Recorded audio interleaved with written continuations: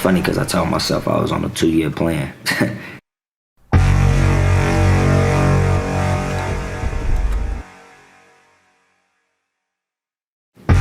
Goals are never achieved when procrastination succeeds. That's what a wise man once told me.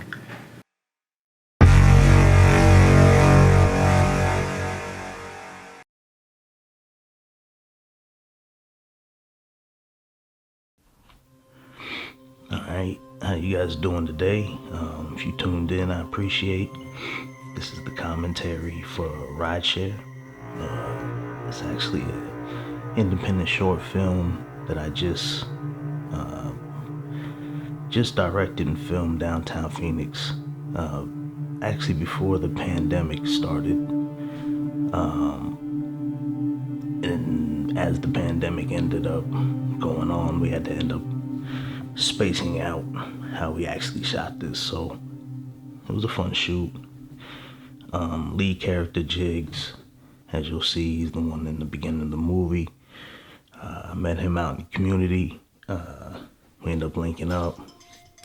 I gave him my idea for doing this short film, and he agreed with it, said he wanted to be down with it, so I ended up storyboarding it, and here we are. We actually got the finished product. So let's get into Rideshare, the short film.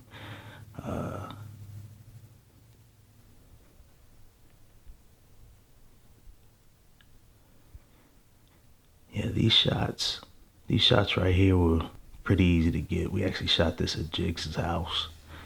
I had to do a lot of messing around with the lighting, because at first I had the lighting in the room and it just, I don't know, it felt too commercial like, so I ended up putting it outside the window, so we gave it a nice little shadow type deal here. The idea of the whole movie was, Jiggz supposed to be playing an Uber driver that eventually, after doing a few fares, he ends up witnessing a murder. So this is just kind of like the beginning of his day as he's getting up. Jiggz was real easy to work with. Because I told myself I was on a 2-year plan. Shit, I'm about 5 years deep at this point. Goals are never achieved when procrastination succeeds.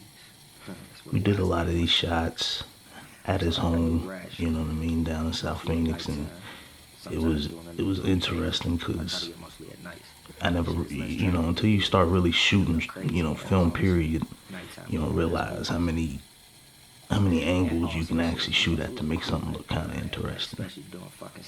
You know what I mean? And then when you get into certain closed-in areas like a bathroom, something to that effect, in some cases it's smart to maybe change the lens, but if you're shooting, and I shot this whole thing in 35mm.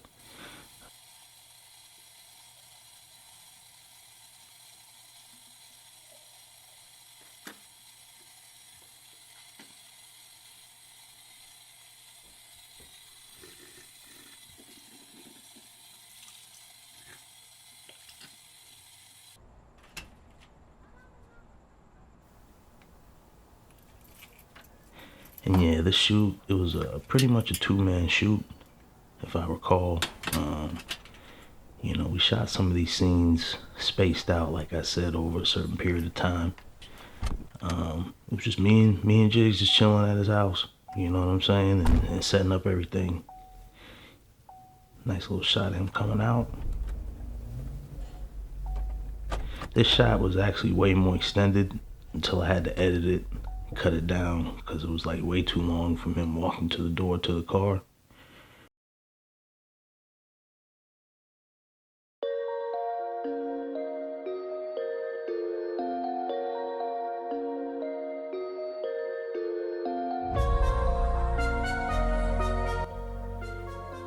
And then of course, we had to incorporate some of the new music that I have out right now. We had to incorporate that into the actual film. I threw the credits right there. I like to give it like a little nice intro. Threw the credits right there, and then obviously planning on, right after the credits go off, the remainder of the short film continues. As far as equipment, Like I said, I used the Sigma 35mm for most of the shoot. I used the Ronin S for stabilization, pretty much it. You know, I used it in some cases, you know what I mean, during the shoot. It helped a lot when we're doing a lot of street scenes. Shot a lot of this in downtown Phoenix. And this is, 8, 9, 10 o'clock at night. And there's still traffic downtown Phoenix. It's like kind of on the weekend in the beginning of the pandemic. It was clear. It was like nobody downtown. It looked like I Am Legend style. But yeah, as far as all the people in the credits, there's a lot of people that had intentions on getting on into the next episodes. A lot of people that helped film the actual movie, as far as, not a lot of people, but a nice handful of people that I was dealing with. Peace to Alex, Careaga, Schermick. They helped out a lot. I got my man Broadway Joe Baggs is in the film. The pandemic just spaced this whole film out. So a lot of these shots, some of them car scene shots during this part of the film. Shooting this downtown Phoenix. This is, like I said, a little bit after the pandemic started. Maybe a little bit later. We shot a lot of these scenes are filmed probably within months of each other. You're still seeing some people out, but it's pretty dead for a Phoenix weekend. You see the difference before and after the pandemic when we were shooting it. These shots right here were kind of funny because we was actually in traffic. I want to say I'm actually on the hood of the car, actually shooting my man.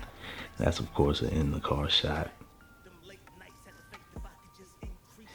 And then this is my shot with Broadway Joe Baggs. He plays like the villain / hero kind of in this film. You know what I mean? You end up seeing later episodes how he plays into everything.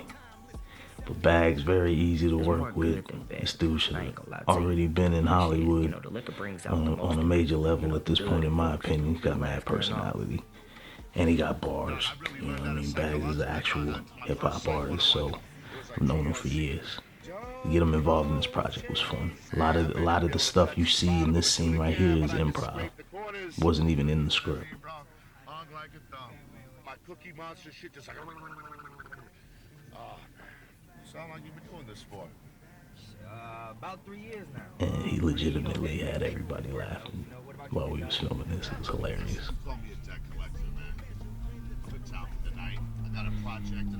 Yeah, Baggs very easy to work with.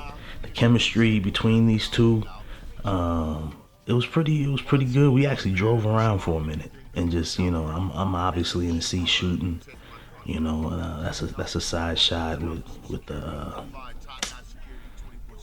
my car mount, But yeah, the chemistry between them was actually really dope during this whole situation. You know what I mean? A lot of it is improv because we were shooting on the spot. I did have a script. I had words and the whole nine, but we were bouncing back and forth.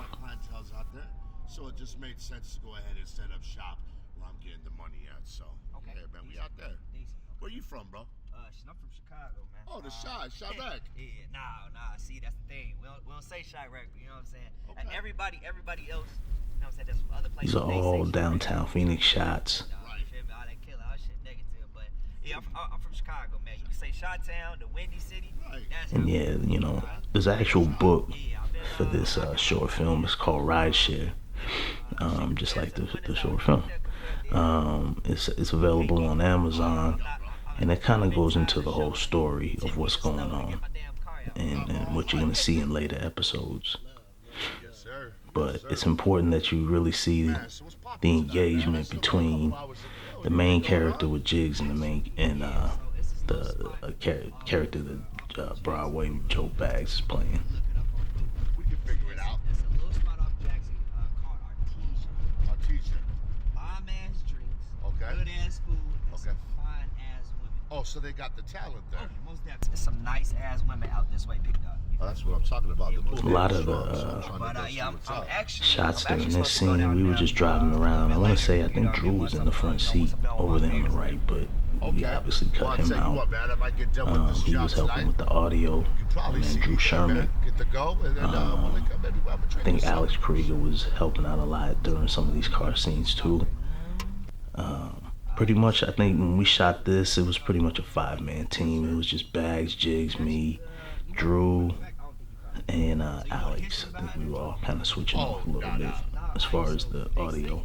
They said that motherfucker 100. You feel me? I don't know too much, but I damn sure ain't fucking with, you know, none of no ghosts and shit like that. Well, it's a good thing that I'm not really staying there, you know.